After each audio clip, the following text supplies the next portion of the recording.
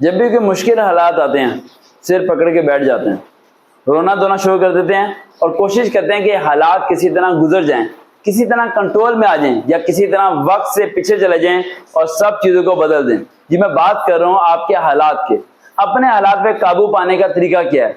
अपने हालात में अपनी सिचुएशन को एक्सेप्ट करने का तरीका क्या है? हार होती है, शिकस्त होती है, किसी भी बुरे हालात में होते हो, आप लोग क्या करते हो? अपने वक्त को बदलने की कोशिश करते हो। और बेइंतहा तालिब इल्म ऐसे हैं जिनका दिल करता है कि हमारी आंख खुले तो हम दोबारा वहां चले जाएं जो ये बुरा वक्त नहीं आया था। जिस तरह एक चोर चोरी कर रहा हो और जब पकड़ा जाए और उसे अदालत सजा दे दे 6 माह कैद की, तो वो ये सोचता है कि काश चोरी करने से पहले मुझे समझ आई थी तो मैं चोरी करता ही ना, 6 माह की कैद होती ही ना।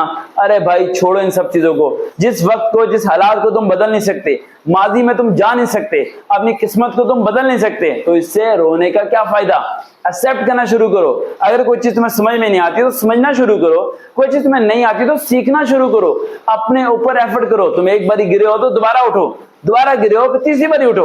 अरे उठना तुम्हारा मकसद है, तुम्हारा विजन है। तुम लोगों को दिखाने के लिए क्यों उठ रहे हो? तुम लोगों के सामने क्यों सोच रहे हो कि मैं 1 साल पीछे रह गया, बीए करने के बाद 2 साल नौकरी नहीं मिली, मेरे 2 साल तबाह हो गए, मेरा दोस्त दुबई पहुंच गया, वो वहां चला गया, वो सेटल हो गया। अरे छोड़ो यार, तुम्हारी रेस दूसरे लोगों के साथ नहीं है, तुम्हारी रेस तुम्हारी खुद के साथ है। तुम्हें खुद को समझना है, अपने आप को, और ये समझना है कि तुम्हारे जो भी हालात है, जितने पैसे हैं, जितने कपड़े हैं तुम्हारे पास, जितनी रिहाइश की जगह, उसमें रहते हुए जीने का रास्ता तलाश करो।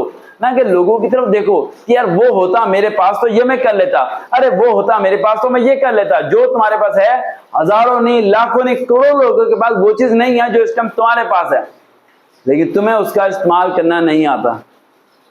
तुम्हें ये नहीं पता उसका यूज कैसे करना, तुम्हें ये नहीं पता कि मैंने उस मुकाम तक कैसे पहुंचना है।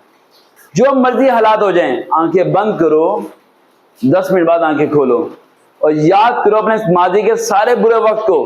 इस वक्त से ज्यादा बुरा वक्त तुमने झेला है, लेकिन तुम आज भी जिंदा खड़े हो, तुम जिंदा बैठे हो, तुम मरे नहीं हो। तो इस वक्त को और हालात को लड़ना शुरू करो, फेस करो। क्या करेगी ज्यादा? बुखार हो जाएगा, सिर दर्द होगा, रात को नींद नहीं आएगी, अरे 3 दिन बाद ये वक्त गुजर जाएगा, अच्छा वक्त आएगा। लेकिन अच्छा वक्त आने की सिर्फ एक वजह है, वो ये, you have to accept your situation. तुम्हें अपने हालात पे काबू रखना है, उसे मानना है, उसे तस्लीम करना है कि यार जो हो रहा है चलो हो रहा है, यार क्या हो गया, इनसे क्या फर्क पड़ जाएगा? क्या फर्क पड़ जाएगा मैं गरीब घर पैदा हुआ हूं? क्या फर्क पड़ जाएगा मैं किराए पे रहता हूं? क्या फर्क पड़ जाएगा मैं भूखा हूं? कोई फर्क नहीं पड़ता इन चीजों से, जरा बराबर भी फर्क नहीं पड़ता। फर्क इस चीज से पड़ता है जब तुम्हारे पास सब कुछ है लेकिन तुम अंदर से हार जाओ। अपने आप से जीतना शुरू करो, अपने आप से लड़ना शुरू। बारिश हो, आंधी हो, तूफान हो, जिसने पहुंचना है उसने पहुंचना है, जिसने नहीं पहुंचना उसके बाद हजारों वजूहात है ना पहुंचने की। तो अपने दिलो दिमाग को समझाओ क्या हो गया, बारिश हो रही है, रुक जाएंगे, मुकाम तक नहीं पहुंच पाएंगे, कुछ कर नहीं पाएंगे। अरे यार छोड़ो इन चीजों को, वक्त हालात सारे तुम्हारे पास हैं, वक्त और हालात से लड़ना शुरू करो।